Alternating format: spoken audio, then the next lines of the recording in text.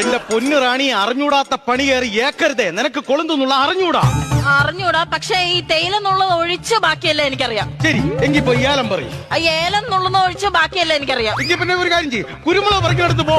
കുരുമുളക് നുള്ളുന്ന ഒഴിച്ച് ബാക്കിയല്ല എനിക്കറിയാം. ശരി, ഉണക്ക തേങ്ങയെങ്കിലും പറക്കിയ ഷെഡിലോട്ട് ഇടാൻ പറ്റുമോ? അതൊഴിച്ച് ബാക്കിയല്ല എനിക്കറിയാം. ഇതിൽ നിന്ന് എനിക്കൊരു കാര്യം മനസ്സിലായി. നിനക്കിങ്ങനെ പറയാനേ അറിയാവൂ, മനസ്സിലായ? കേറി വന്നോളും.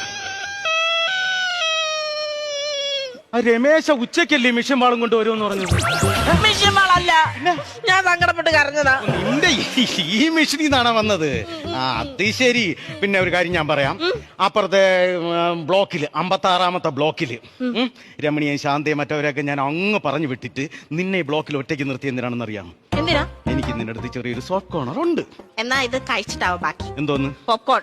പോപ്കോൺ അല്ല, സോഫ്റ്റ് കോർണർ ഉണ്ടെന്ന്. അതായത് സ്നേഹവും അലിവും ഒരു ഇഷ്ടമൊക്കെ നിന്റെ കൂടെ ഉണ്ട്. മനസ്സിലായ? ഒരു കത്ര കിട്ടുവോ? എന്തോന്ന്? അരിഞ്ഞങ്ങ് വീഴ്ത്താൻ. തേയില. എന്റെ പൊന്നു റാണി, അറിഞ്ഞൂടാത്ത പണി കയറി ഏക്കർ